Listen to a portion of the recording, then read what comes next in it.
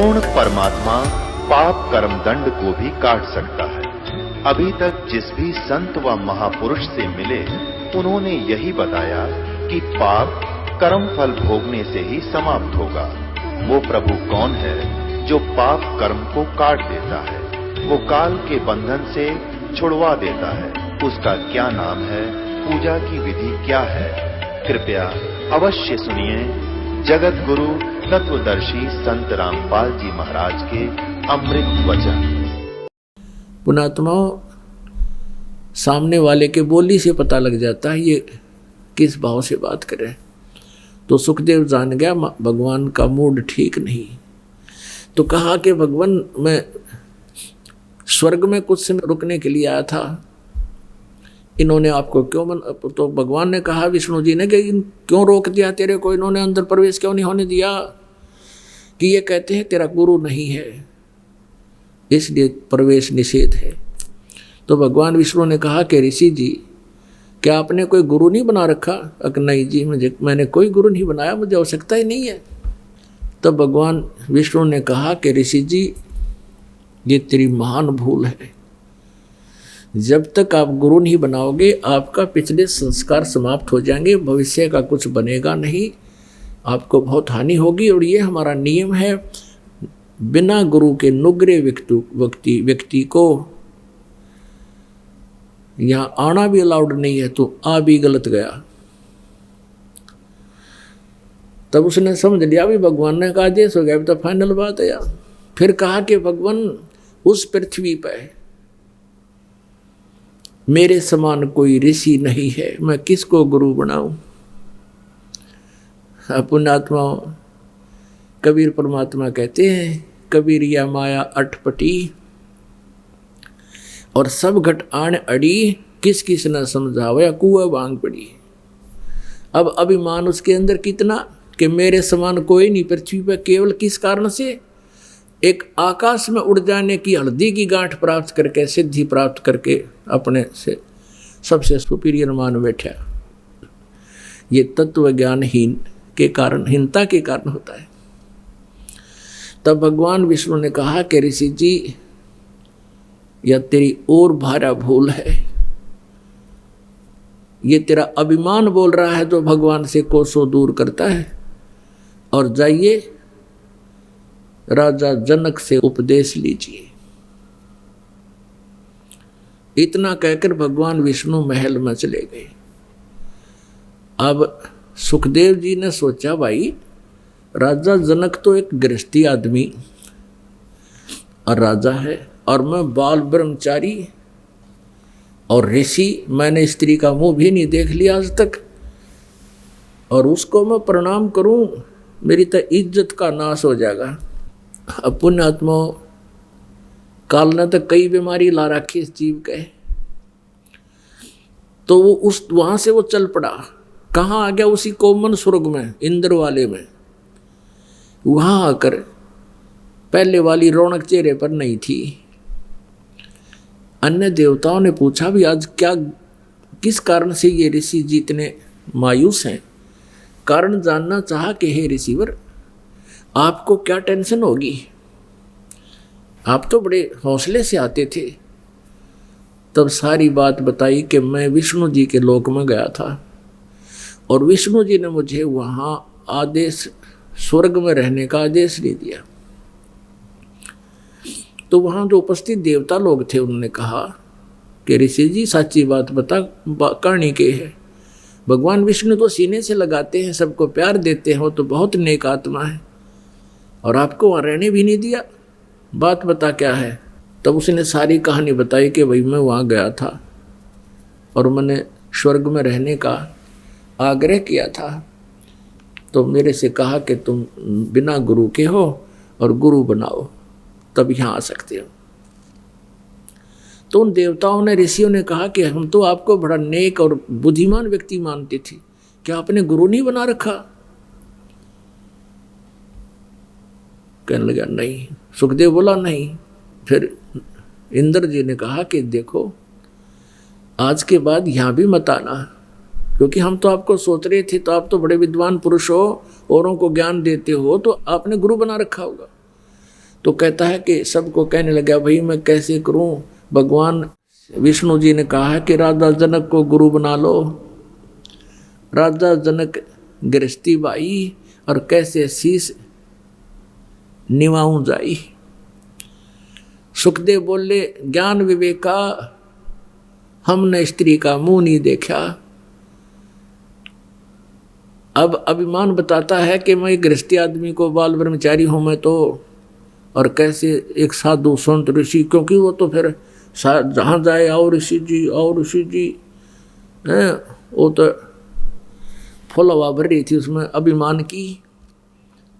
और अभिमान वाला पंचर हुए बिना भगवान मिले नहीं, जो पंचर करना पड़ेगा। तो भगवान ने विष्णु ने उसका पंचर दिया कर। चैतन्य लाभ चाहिए गुरु बना और राजा जनक को बना, वो अधिकारी है आज के दिन।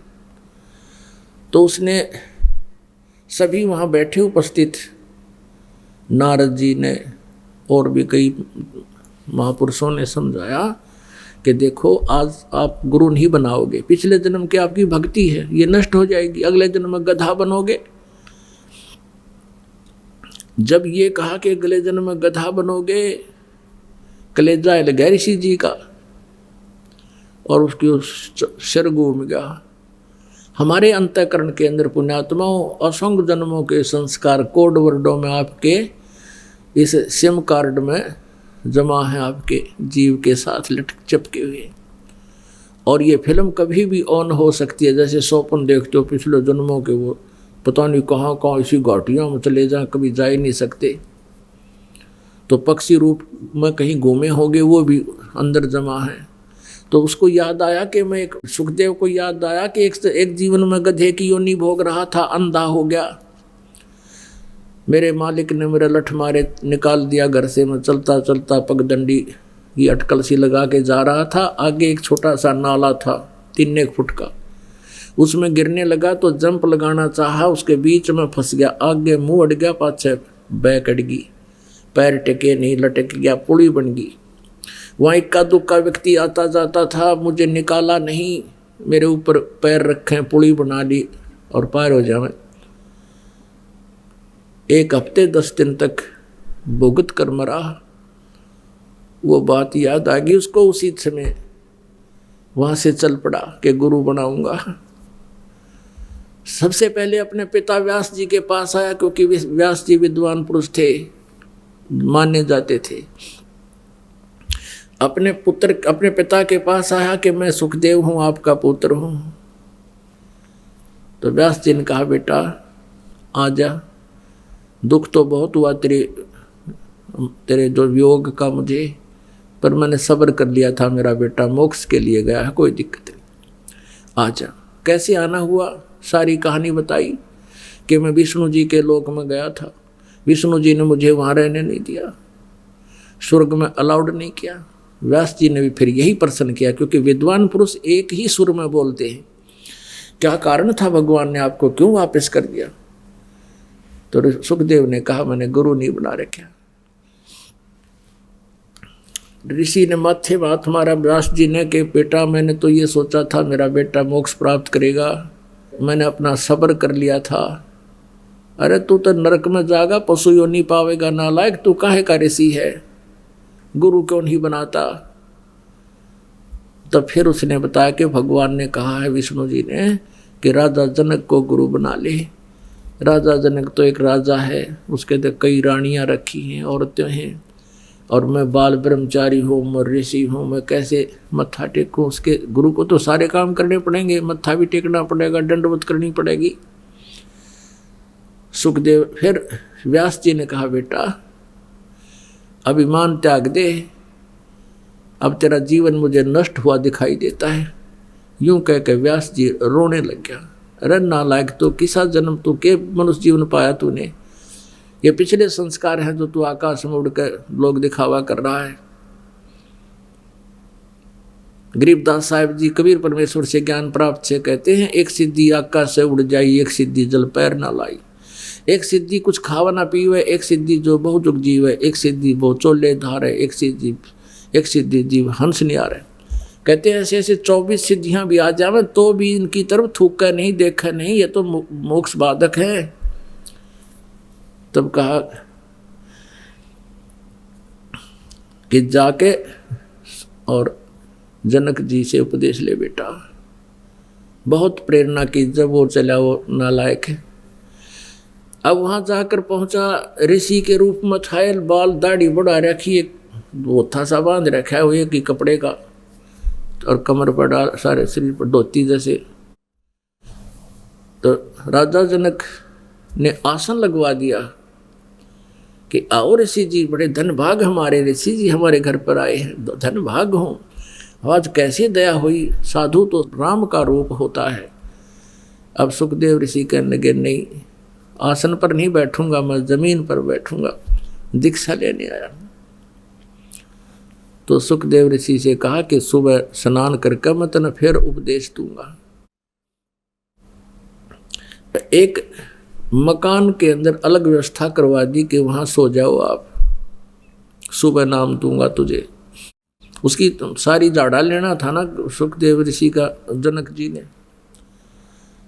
वहां पर एक स्त्री की ड्यूटी लगा दी, एक औरत की, एक बहन की,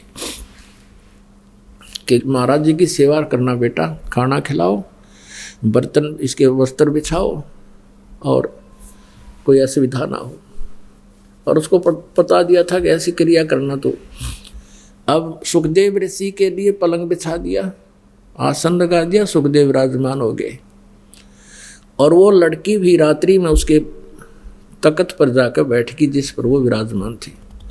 अब सुखदेव ऋषि जी थोड़ा सा 1 फुट आगे को सरक गए, लड़की फिर उसकी तरफ निकट आने लगी तो वो आगे को चल पड़े और फिर उठ कर खड़े हो गए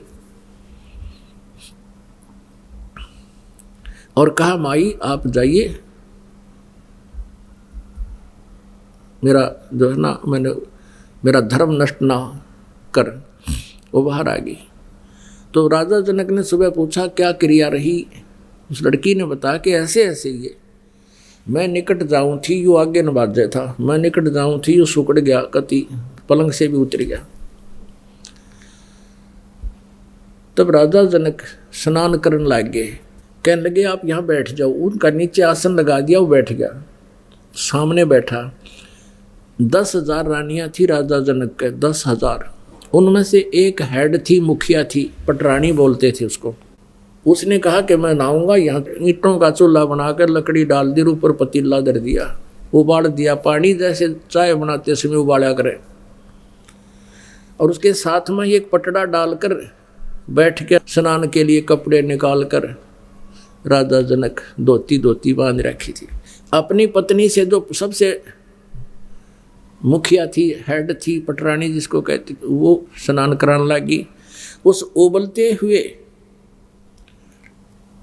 हुए जल को लोटे में भरे, राजा जनक की चोटी में गेरे सिर में, रात से नुआवे मसल का, और वो पानी डाला राजा के सिर पे, और सुखदेव ऋषि नो सुकड़ा जल गया। अब उसको ये हो गया कि यूं जलेगा राजा, और वो पानी गिर वो नूक से मरेगा यू, इसे जलते पानी मुँह उबलते बनावे। तब राजा जनक ने कहा कि हे व्यास के बेटे, ए महर्षि, ए ब्रह्मचारी, आजा।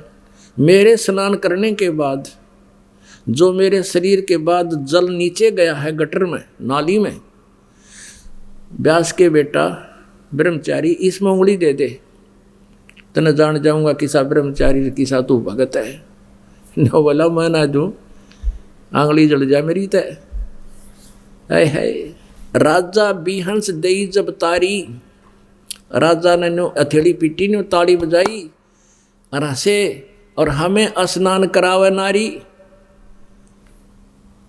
कि तू नो कह था मैंने स्त्री का मुंह नहीं देखा, हाँ स्त्रियों के निकट नहीं आऊं, तेरे तो तैया अच्छी भगतनी है, देख इसका भी हाथ ना जलता इस उबलते हुए पानी से, मेरे ऊपर गेरा नवान लाग रही है, तेरा कालजा पाट गया इतनी दूर ते बना। फिर मैं ऋषि कहते हैं इन इंद्रियों के कसने से, हठ योग से इन पर थोड़ा बहुत तूने काबू पा भी लिया कुछ दिन के लिए, इसे बनेगा क्या तेरा?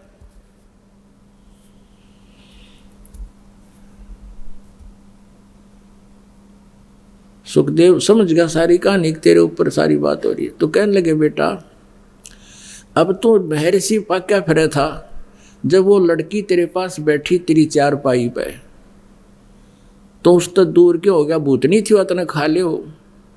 जब तू आत्मज्ञान भी था तो भी इतने ऐसे नहीं करना चाहिए था। बेटी है, बहन है, बैठ साथ में। आप जैसे पुण्यात्माओं, आत्मज्ञान होने के बाद आपको अंतर नहीं लगेगा। कैसे? जैसे पहले सांग होया करते गांवों में, सांग, जैसे आजकल ये फिल्म बनती है, ऐसे वो सांग करते थे, नकली राजा बनते थे, कोई प्रेमी बनता था, कोई प्रेमिका। तो मनुष्य ही स्त्री का रोल करते थे। तो एक जवान लड़का बिल्कुल दाढ़ी मूछ रहित, 12-13 वर्ष का, 16 साल का, और वो सांग में एक लड़की का रोल कर रहा था। सारे अंग कृत्रिम लगा रखे थे। एक लड़का अपने साथी को साथ ले गया, कहा जा सांग देख का आएंगे। जब वो गाना बजाने शुरू हुए तो वो पहली बार गया था, वो कहता देख कितनी सुंदर लड़की है, ओहो कैसे डांस कर रही है। वो लड़का कहता कि लड़की नहीं है, ये तो लड़का है। बोला नहीं लड़की है, लड़का है। तो ना उसका विश्वास नहीं हुआ, क्यों ऐसे ढंग से मेकअप कर रखा था। फिर वो कहीं एक घर में, गांव में, नगर में, चौपाल में रुके हुए थे, धर्मशाला में।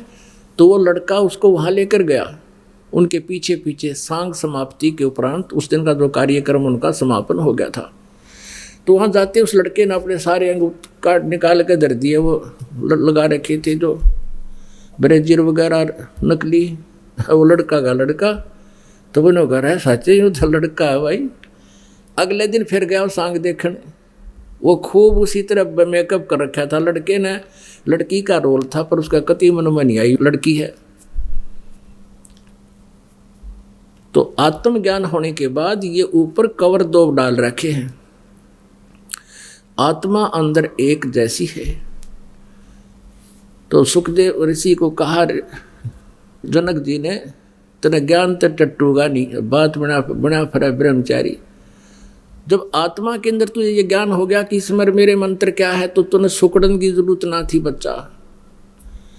कान पकड़ लिए उसने, न बोला महाराज इतना ज्ञान था मेरे पास तो फ्यूज हो लिया मत, अब मुझे नाम दे दो, कल्याण हो जाएगा। तो पुण्यात्माओं, अब सुखदेव ऋषि को राजा जनक से उपदेश मिला, और फिर वो कहाँ तक पहुंचा? स्वर्ग में।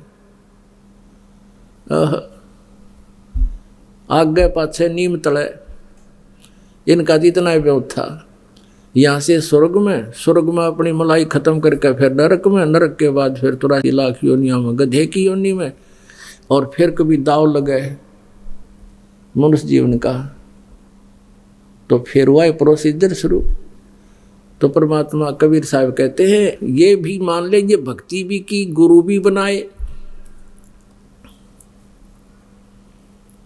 और फिर भी यही धक्के खाए। तो इसके लिए हमने सतगुरु की आवश्यकता पड़ेगी, और उस सतगुरु के पास वो पूरा प्रोसेस होता है, पूरा ट्रीटमेंट होता है। जैसे पार्वती जी को केवल 5 नाम प्राप्त हुए, उनकी भक्ति शक्ति से उसकी आयु इतनी एक्सटेंड होगी, जब तक भगवान शिव रहेंगे उनकी मृत्यु नहीं होगी, और शिव जी की मृत्यु होगी, इसकी भी मृत्यु होगी, दोनों 84 लाख योनियों में जाएंगे ये भी। अब ये भी गुरु थे, राजा जनक भी गुरु थे, और गुरु बनकर वो उपदेश दीक्षा भी देते थे, जैसे सुखदेव को दिया। फिर वही राजा जनक पहले जन्म त्रेता युग में तो राजा जनक थे। सतयुग के अंदर ये कौन थे? ये राजा अम्बरीश थे, और भक्ति करते थे। राजा अम्बरीश के सामने दुर्वासा जैसे सिद्ध पुरुष भी हार मान कर गए थे। जब ये सतयुग के अंदर भक्ति करते थे, राजा भी थे, और अपने पुनों को स्वर्ग में खत्म करके ये फिर क्या बने? नानक जी के रूप में जन्म हुआ, श्री नानक देव जी के रूप में तलवंडी में।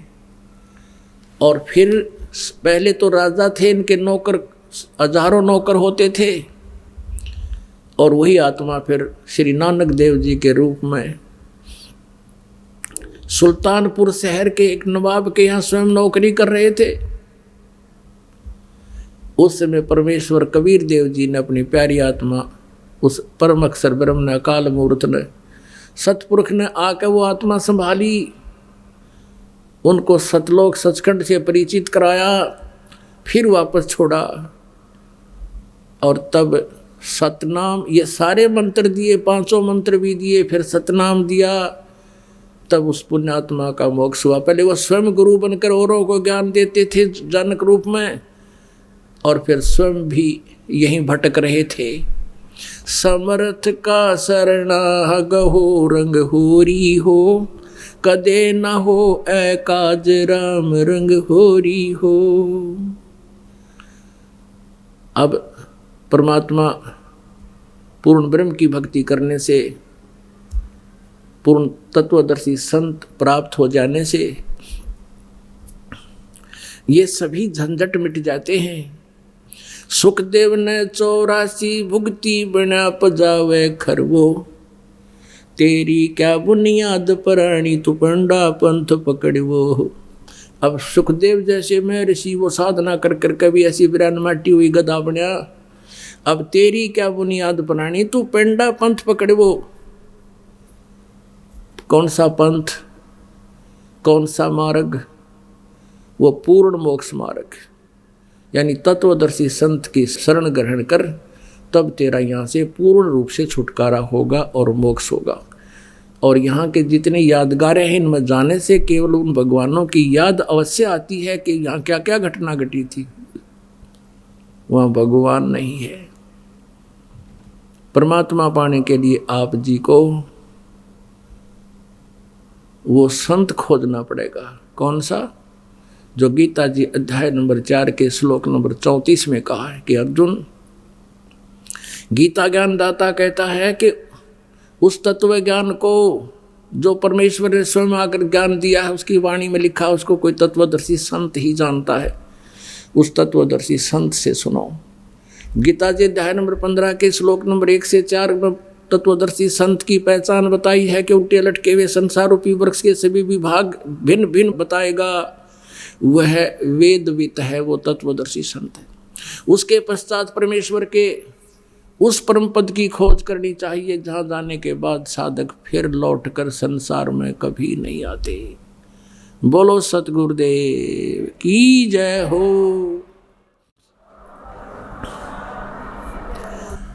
परम पिता परमात्मा पूर्ण ब्रह्म, सारी सृष्टि के रचनहार, कुल मालिक, ये कबीर परमेश्वर जी हैं, कबीर देव जी हैं, जिनको वेदों में कबीर देव लिखा है। कुरान शरीफ में उनको अल्लाहु अकबर, कबीरा खबीरा, कबीरन खबीरन लिखा है। अल्लाहु अकबर, कबीर कहो, अकबर कहो, ये बोलने की और लिखने की अपनी अपनी मातृभाषा के आधार से भिन्नता हो जाती है। जिसको कबीर का अर्थ मुसलमान भाई करते हैं कबीर मीन बड़ा, तो पवित्र कुरान शरीफ सूरत फुरकानी 25 आयत 52 से लेके 59 तक 59 तक कुरान शरीफ का जो ज्ञान पाता है, वो अपने पैगंबर हजरत मोहम्मद जी से कह रहा है कि ए पैगंबर, तू मेरे द्वारा दिए गए इस कुरान शरीफ के ज्ञान पर विश्वास रखना। और ये काफिर, ये तेरा जो विरोध कर रहे हैं, ये काफिर हैं, ये उस कबीर को परमात्मा नहीं मानते। तूने इनके साथ संघर्ष करना है। जिहाद का अर्थ कोई लठ बजाना, कत्लेआम करना नहीं होता। जिहादन कबीरन, जब जिहादन कबीरा, यानी कबीर जी के लिए, उस कबीर अल्लाह को तू प्रभु मान, उसके लिए तू संघर्ष कर, इनकी बातों में मत आना। और ये परमात्मा वही है जिसने 6 दिन में सृष्टि रची, 7वें दिन तख्त पर जा बैठे। और इसकी खबर किसी बाखबर से पूछ देखो, मैं उससे परिचित नहीं हूं। इससे सिद्ध हो गया जिसको मुसलमान भाई अपना अल्लाह मानते हैं और ये भी मानते हैं कि हमारे अल्लाह ने हज़रत मोहम्मद जी को कुरान शरीफ का ज्ञान दिया, वो हमारा गॉड है, अल्लाह है, खुदा है। तो वो खुदा तो किसी और पूर्ण परमात्मा कबीर नामक परमेश्वर की तरफ संकेत कर रहा कि वो है पूर्ण परमात्मा, उसी की भक्ति से मोक्ष होगा। और उसकी खबर किसी तत्वदर्शी संत से पूछो तो वो कौन है? कबीर परमेश्वर जी अपनी वाणी में, सच्चिदानंद घनपन की वाणी में, उस तत्व ज्ञान में कहते हैं, हम मोहम्मद को वहाँ ले गए जैसे आदरणीय धर्मदास साहिब जी को परमात्मा अब मिले थे, फिर सचखंड लेकर गए थे।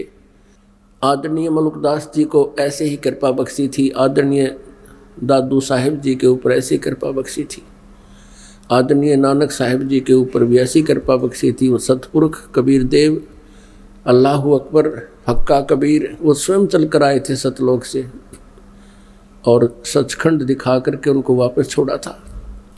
वो पूर्ण परमात्मा अपने विधान अनुसार, अपने गुण के अनुसार कि वो ऐसा ही करता है, वेद भी ये गवाही देते हैं कि पूर्ण परमात्मा अपने वो तीसरे मुक्ति धाम में रहता है, वो वहाँ से गति करके नीचे अच्छी आत्मा को मिलता है, उसको ज्ञान देता है, आध्यात्मिक ज्ञान से परिचित कराता है।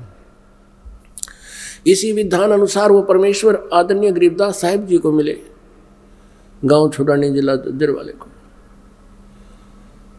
और आदरणीय गीसादास साहिब जी को मिले, गांव खेखड़ा मेरठ उत्तर प्रदेश वाले को। आदरणीय नामदेव जी को भी परमात्मा मिले थे, लेकिन उनका इतिहास बंद कर दिया गया।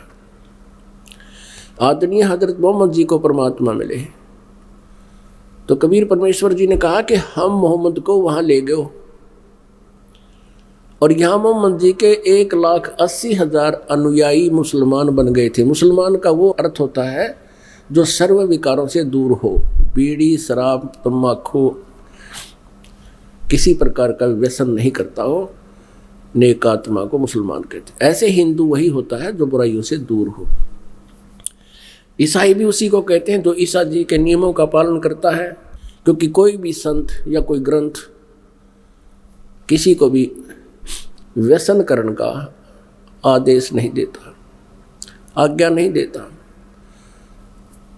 तो इस प्रकार हजरत मोहम्मद जी की यहाँ बहुत महिमा होगी थी, तो उन्होंने एक बार भी भगवान से नहीं कहा कि मैं वापस नहीं जाऊँगा। नीचे की चाह उसकी मिटी नहीं। जैसे धर्मदास जी को लेकर गए, धर्मदास जी ने वही कहा, भगवान मुझे वापस ना भेजना उस गंदे लोक में। फिर परमात्मा ने उनको इसलिए भेजा कि बेटा तू वापस जा, मैं तेरे साथ रहूँगा, तू मेरा गवाह बनना कि कबीर इज गॉड है। क्योंकि इस काल ने और इस काल के दूत गुरुओं ने काल से प्रेरणा से इन्होंने सबको मिसगाइड कर दिया है, भक्ति का नाश कर दिया है, अध्यात्म ज्ञान किसी के पास भी नहीं है। लेकिन हजरत मोहम्मद जी ने एक बार भी नहीं कहा, वो अंतर्यामी सारी समझ गए, उनको कोशिश भी की तू यहाँ रुक, लेकिन मोहम्मद जी वापस आ गए। तो कबीर परमेश्वर कहते हैं हम मोहम्मद को वहाँ ले गए, इच्छा रूपी वहाँ नहीं रहो, उल्ट मोहम्मद मैल पठाया, गुज बीरज एक कलमा लाया, रोजा बंग नमाज दई रे, बिस्मिल की नहीं बात कही रे। कबीर साहब जी कहते हैं कि उसको रोजा बंग और नमाज करने का ही को कहा था, लेकिन हजरत मोहम्मद जी ने बिस्मिल करने की बात किसी को नहीं कहा। ये तुमने बाद में अपने आप ये बुराई और चालू कर दी है। नबी मोहम्मद नमस्कार है राम रसूल कहाया, 1,80,000 को सौगंध जिन नहीं कर जलाया। कबीर परमात्मा कहते हैं तुम उन महापुरुषों के अनुयायी हो मुसलमान, उन 1,80,000 मुसलमान प्योर बने थे, उन्होंने कभी कर्द नहीं चलाई, ना कोई ऐसे बलि दी, किसी प्रकार की कोई ईद बकरीद नहीं मनाई इस तरह से। अरस कुर्स पर अल्लाह तकत है, अरस कुर्स पर, अरस माने आसमान के, कुर्स माने अंतिम छोर पर यानी सतलोक में। अरस कुर्स पर अल्लाह तकत है, उस कबीर परमेश्वर का वो मुक्ति धाम है, सतलोक है। और खालिक बिन नहीं खाली, यानी उस परमात्मा की दृष्टि से कोई भी जीव बचा नहीं है। वो सबकी जो है ना ख्यास रखता है, सबकी सब पे नज़र रखता है, वो सब उसी के प्राणी है। अरस कुर्स पर अल्लाह तकत है, खालिक बिन नहीं खाली, वो पैगंबर पाक पुरुष थे साहिब के अब्दाली। 1,80,000 जो महापुरुष हुए हैं मुसलमान, वो तो परमात्मा के कृपा पात्र थे, वो पैगंबर जितने हुए हैं। और आप जी सत्य से अपरिचित होकर के उनके अर्थ गलत कर बैठे।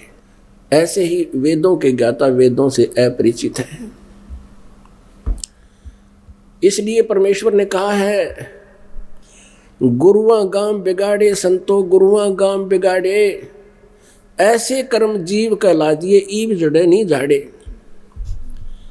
इब ऐसी बुराई में ग्रस्त कर दिए। भक्त बता रहे हैं नेपाल से आते हैं, कहते हैं वहां एक पशुपति का मंदिर है और 1 वर्ष में वहां लगभग 2 करोड़ जीवों की बलि चढ़ाई जाती है। ओए खून की नदी बहाई जाती है। ये कौन से ग्रंथ से लाए ये पूजा? ये लोग, इन नकली गुरुओं ने ऐसा जुल्म किया हमारे ऊपर। पुण्य के स्थान पर पाप शुरुआत करवा दी। गुरुआ गांव बिगाड़े संतो गुरुआ गांव बिगाड़े, ऐसे कर्म जीव कहला दिए ईब जड़े नहीं झाड़े।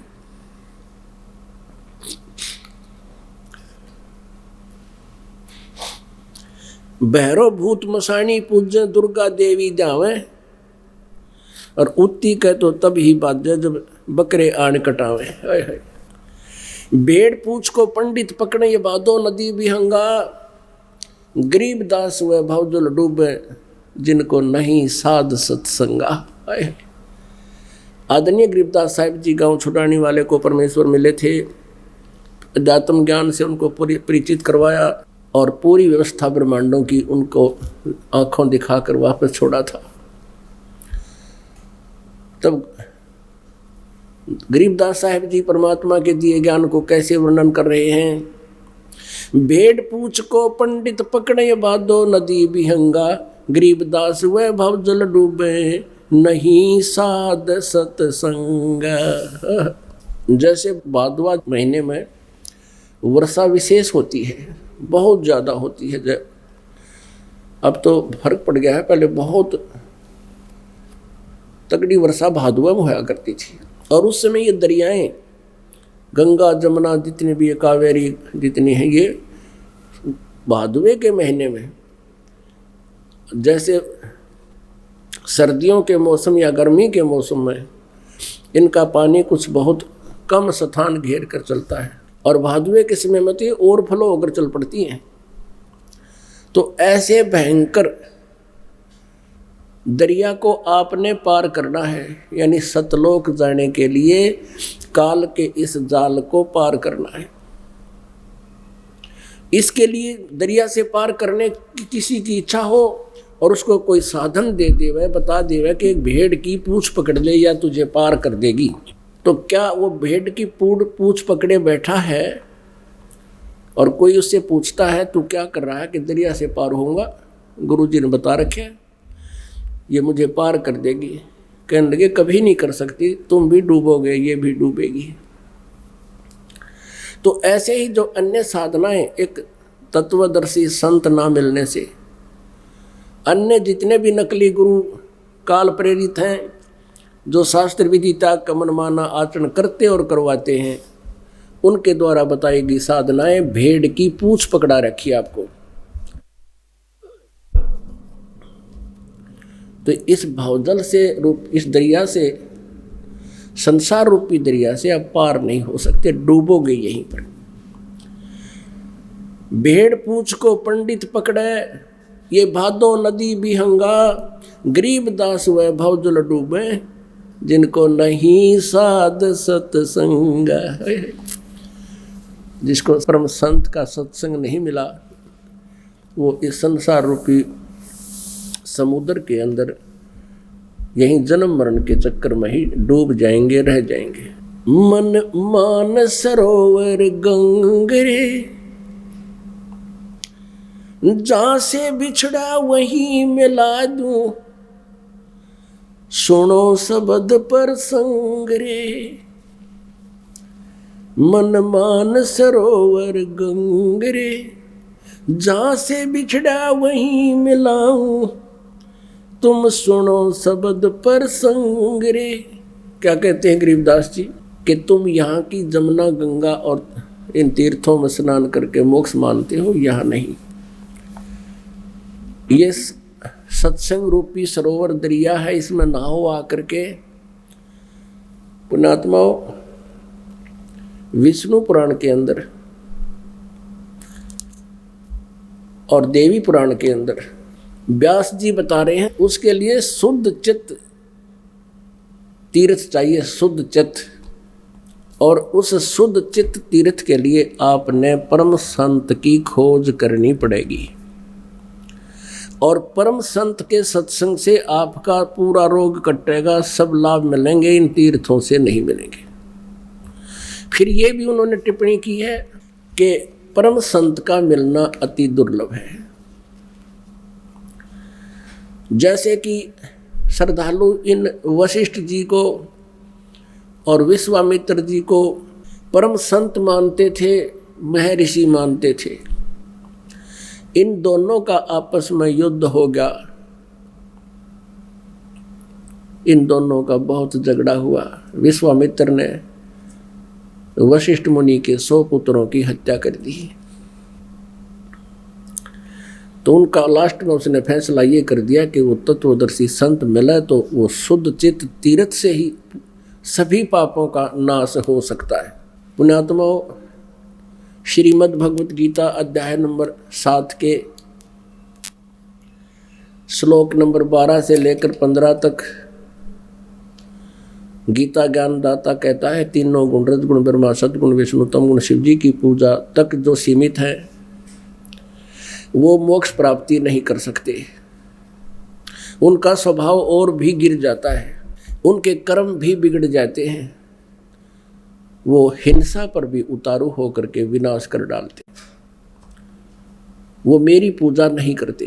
अपनी पूजा के विषय में बताता है 16वें और 17वें 18वें श्लोक में, गीता जी अध्याय नंबर 7 के श्लोक 16, 17, 18 में के 4 प्रकार के ब्रह्म साधना करते हैं। गीता ज्ञानदाता ब्रह्म है, श्री कृष्ण जी में बोल रहा है। एक आरत और दूसरा अर्थार्थी, तीसरा जिज्ञासु। आर्थ, अर्थार्थी, जिज्ञासु और ज्ञानी। ज्ञानी को छोड़कर तीनों को रिजेक्ट करते हुए कहता है कि ज्ञानी मेरे को पसंद है, ज्ञानी को मैं पसंद हूँ। वो मुझे अच्छे लगते हैं क्योंकि उन्होंने आन देवताओं की पूजा त्याग दी। और ज्ञानी कौन होता है? जिसको ये पता लग गया कि मनुष्य जीवन बार बार नहीं मिलेगा, ये दृढ़ निश्चय हो जाता है उसको। फिर सदग्रंथों के ज्ञान से ये भी निष्कर्ष निकल जाता है कि केवल एक परमात्मा है, उसकी पूजा करने से मोक्ष होगा, अन्य देवताओं की पूजा से नहीं। तीसरा ये भी उनको निश्चय हो जाता है कि मनुष्य जन्म में यदि मोक्ष नहीं हुआ तो ये जीवन व्यर्थ है। इसके लिए उन्होंने तत्वदर्शी संत ना मिलने से अपने आप निष्कर्ष निकाल कर वेदों का ओम नाम के जाप को और ब्रह्म को सुप्रीम मान लिया और साधना करते रहे। इसलिए गीता ज्ञानदाता 7वें अध्याय के 18वें श्लोक में कहता है कि ये ज्ञानी आत्मा है तो नेक उदार हैं, लेकिन ये मेरे वाली साधना ब्रह्म साधना तक ही सीमित रहे, मेरे वाली घटिया साधना तक ही सीमित रहे। ये इनका जीवन भी व्यर्थ हो गया। क्योंकि गीता ज्ञानदाता 4थे अध्याय के 5वें और 9वें श्लोक में, दूसरे अध्याय के 12वें श्लोक में, 10वें अध्याय के दूसरे श्लोक में कहता है, अर्जुन तेरे और मेरे बहुत जन्म हो चुके, तू नहीं जानता मैं जानता। मेरे जन्म को, मेरी उत्पत्ति को ये देवता भी ऋषि कुछ कोई नहीं जानते। पुण्यात्माओं 7वें अध्याय के 19वें श्लोक में इसने भी कंसेप्ट क्लियर कर दिया। कहता है कि बहुनाम जन्मानाम अंते ज्ञानवान माम प्रपद्यते वासुदेव सर्वमिति स महात्मा सुदुर्लभ है। अब जैसे गीता जी अध्याय नंबर 7 के श्लोक 12 से लेकर 15 में बताया है कि केवल तीनों गुणों तक सीमित जिनकी बुद्धि है, रजगुण ब्रह्मा सतगुण विष्णु तम गुण शिव जी तक, इनका ज्ञान यहीं तक हरा जा चुका है। वो राक्षस स्वभाव को धारण किए हुए मनुष्यों में नीच दूषित कर्म करने वाले मूर्ख मुझे नहीं भजते। अब 7वें अध्याय के 19वें श्लोक में कंसेप्ट क्लियर कर दिया कि बहुनाम जन्मानाम अंते ज्ञानवान माम प्रपद्यते। बहुत बहुत जन्मों के किसी अंत के जन्म में कोई ज्ञानी आत्मा मेरी भक्ति करता ना तो डले ढो नीचे अन्य देवताओं तक ही सीमित है ये। फिर बताया कि वासुदेव सर्वमिति स महात्मा सुदुर्लभ है। लेकिन ये बताने वाला कि वासुदेव ही सब कुछ है, सर्वम। वासुदेव का अर्थ क्या होता है? श्री कृष्ण नहीं है। वासुदेव तो श्री कृष्ण जी के पिताजी थे। तो वासुदेव का अर्थ होता है जिसकी सत्ता सबके ऊपर हो, जिससे कोई रज्मा खाली ना हो, यानी सब जगह जिसका वास हो, सबको नियंत्रित रखता हो, जो सबके ऊपर व्यापक हो। जैसे भारत का प्रधानमंत्री, राष्ट्रपति पूरे भारत के ऊपर व्यापक है, ये भारत में वासुदेव है। अन्य मुख्यमंत्री केवल एक क्षेत्र में ये व्यापक है, वासुदेव नहीं है, सर्वव्यापक नहीं, सबके ऊपर अधिपति नहीं है। तो ये क्या बताता है कि ऐसा संत मिलना बड़ी मुश्किल से है जो ये बतावे कि ना ते ब्रह्मा विष्णु महेश ये तीनों गुण पूजा के योग्य और ना ब्रह्म से पूर्ण मोक्ष। वासुदेव सर्वमिति स महात्मा सुदुर्लभ है, ये बताने वाला कि नहीं वो परम अक्षर परम पूर्ण परमात्मा, वो वासुदेव जो सबका मालिक है, वही सब कुछ है, वही मोक्षदायक है, वही पूजा के योग्य है, वही वास्तव में अविनाशी है और वही हमारे पाप कर्मों का नाश कर सकता है, वही हमारे दुखों का निवारण कर सकता है और वही हमारे प्रारब्ध को भी बदल सकता है। ये बताने वाला महात्मा बड़ी मुश्किल से मिलेगा। तो यहाँ क्या बताया है कि गुरुआ गाम बिगाड़े संतो गुरुआ गाम बिगाड़े, और ऐसे कर्म जीव कहला दिए ईब जड़े नहीं झाड़े। और ये निराकार निराकार कह के मूर्ख बना रहे थे अपने को। आंखों देखा जिन महापुरुषों ने क्या कहा है, मन मान सरोवर गंगरे, जहाँ से बिछुड़ा वहीं मिलाऊं, तुम सुनो शब्द पर संगरे। कि हमारे ज्ञान को सुनो ध्यान से, कि हम जो ज्ञान बता रहे हैं परमेश्वर से प्राप्त ज्ञान को, काशी क्रोध काहे लेत हो, बिना भजन नहीं ढंगरे।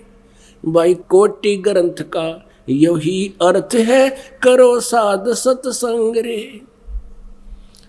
कहते सभी ग्रंथों का, करोड़ ग्रंथों का एक ही अर्थ है, किसी संत की संगत कर, तत्वदर्शी संत की। परमेश्वर कबीर जी कहते हैं, कबीर राम बुलावा भेजिया दिया कबीरा रो, जो सुख है संत के संग में वो वैकुंठ में न हो।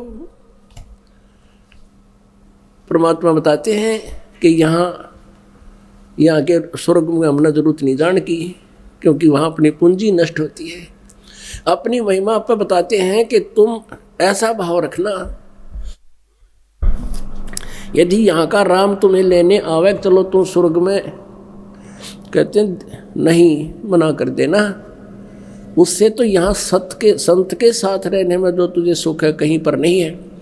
आप पुण्यात्मा जैसे आप यहाँ से बाहर जाते हो, वही मान बढ़ाई ईर्षा घर घर में आग लाग रही है।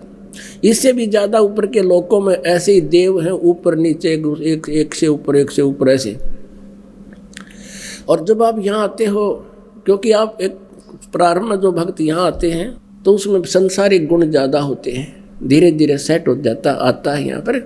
तो यहाँ पुण्यात्माओं जानबूझ कर कोई पंगा पावा तो उसकी नालायकी है ना। यहाँ सबको एक जैसा बैठने को, एक जैसा खाने को, कोई भेदभाव नहीं। तो यहाँ राग द्वेष आप पे ना हुए, राग द्वेष तो नहीं हुआ। अगर यू हलवा खा और मेरे मन में मिले मखाने ओनली, तो वहाँ द्वेष बन सकता है। तो ऐसे वहाँ फिर सतलोक में ऐसा ही है। कहते हैं काशी, देखो पुण्यात्मा परमात्मा पाने के लिए श्रद्धालुओं ने अपना जीवन न्यौछावर कर दिया। काशी के अंदर ही नकली गुरुओं ने, इन जालिमों ने क्या किया, एक क्रोंत लगा दिया मानस काटने का, मनुष्य काटने का, आरा लगा दिया, कसाई बना शुरू कर दिया। कारण क्या था? क्योंकि आत्मा जब से भगवान से बिछड़ी है उसी समय उसकी खोज में लगी है। काल ने फिर इसे गुमराह कर दिया, ब्लैकमेल कर दिया और मिसगाइडेड कर दिया। पूर्ण रूप से इसने नामो निशान मिटा दिया पूर्ण परमात्मा का। नकली गुरुओं के माध्यम से अपने ही पुत्रों ब्रह्मा विष्णु महेश तक सीमित रख दिया सभी को, लेकिन आत्मा के परमात्मा की चा गई नहीं। तो क्या हुआ, जैसे काशी के पंडितों ने, गुरुओं ने एक धारणा पैदा कर दी समाज में कि जो काशी में मरता है वो स्वर्ग जाता है और जो मगहर मरता है वो नरक जाता है। परमेश्वर कबीर जी कहा करते थे, भाई सच्ची सत भक्ति करने वाला और हमसे उपदेश लेकर साधना करने वाला, काशी मरो चाहे मगहर, वो सीधा सतलोक जाएगा, स्वर्ग से भी ऊपर जाएगा। ऐसे ही पुण्यात्माओं, अच्छे कर्म करने वाला कहीं मृत्यु को प्राप्त हो, चाहे मगहर हो चाहे काशी में, वो अपने अच्छे स्थान पर जाएगा। और पाप करने वाला पापी चाहे मगहर मरो चाहे काशी, सीधा वो नरक में जासी। तो यहाँ परमात्मा तो ऐसा कहा करते थे, लेकिन कबीर जी के ऊपर किसी ने विश्वास हुआ नहीं। इन नकलियों का रंगना चढ़ रहा था। तो सभी अपने अपने पूर्वजों को वहाँ काशी में रखने लगे, काशी ले जाके। तो वो गुरु प्रत्येक के होते ही थे।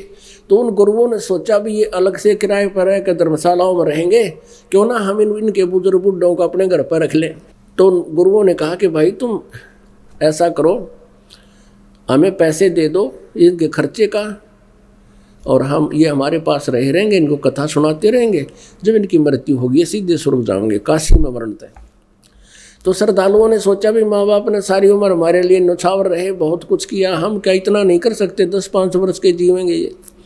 तो उन पेट भरों को भी देते किराया अलग से, वो 10 रुपये खर्च होते तो 20 देते उनको। तो वहाँ भीड़ लगी, प्रत्येक गुरु के घर में 20-20 बूढ़े हो गए। और बूढ़ा तो एक कहना उठा बुढ़ापे में, वो उठने का मतलब है उसकी सेवा, कभी कोई तकलीफ है, कोई बीमारी है, कोई हारी है, कभी उठाना है, कभी बिठाना है, नहाना है, कपड़े पहनाने। तो नवा मुसीबत मोल ले ली, फिर उनके लिए जान का झाड़ बन गई। फिर उन्होंने क्या किया, एक मीटिंग करी उन नकली गुरुओं ने कि ऐसा करते हैं। उन्होंने प्रोपगंडा फैला दिया एक कि भी भगवान की तरफ से एक क्रोध आवा है ऊपर तय स्वर्ग तय, और जो जल्दी जाना चाहता स्वर्ग में वो क्रोध आता भगवान की तरफ से, वो केवल उसी की गर्दन काटता है जिसका आदेश ऊपर से होता है। वो क्या कर रखा था उन्होंने, एक आरत सी बना कर छोटी ईंटों, पक्की ईंटों की, और उसमें बीच में ऐसे खाली स्थान सा छोड़ रखा था, सुराख सा। और क्रोध को पीछे रस्सों से हैंडल करते थे, लंबे पुली सी बना कर, और गंगा के किनारे पर ला दिया। अब सब ने ये सोची, भाई पिताजी वो बूढ़े कहने लगे, बेटा हमने मरना तो है ही, और नो कहे 50 रुपये में जो है ना 50 रुपये टैक्स फीस रख दी उसकी, और ऊपर से स्वर्ग से क्रोध आता है और हमारा कल्याण कर जाता है, बेटा दया कर दो। बच्चा ने सोची वे माता पिता चाहते हैं तो हम ये भी कर देते हैं, वो भी शुरू कर दिया। अब वहाँ गैर के 3-4 बुढ़िया ने इकट्ठे, और ऊपर तो क्रोध छोड़ के गणे थे, वो काटने भी थे सारे। उन्होंने ऊपर तो दूर से करते, भाई हे भगवान आपकी आत्मा हो तो स्वीकार करियो। वो उधर से हैंडल वो घुमाते, फिर दूर उनकी आवाज़ सुनकर गुप्त। तो उनमें देखा था बुढ़ा बच जाता, ना कटता वो, क्योंकि ईसाई उनका सिस्टम था, 1-2 कट जाता। तो वो रोता बैठ के, अरे मेरा नंबर नहीं आया, और दूनी उत्सुकता होगी। तो हमने ये भी करना शुरू कर दिया, भगवान मिल जाए किसी तरह। लेकिन पुण्यात्माओं, परमात्मा तो उसके बताए विधान अनुसार ही मिलेगा। और वो विधान कहाँ है? वेदों और गीता जी में, और सूक्ष्म वेद कबीर जी की वाणी में। तो क्या बताते हैं? काशी क्रोत काहे लेत हो, बिना भजन नहीं डंगरे। और कोट ग्रंथ का यही अर्थ है, करो साध सत्संग रे।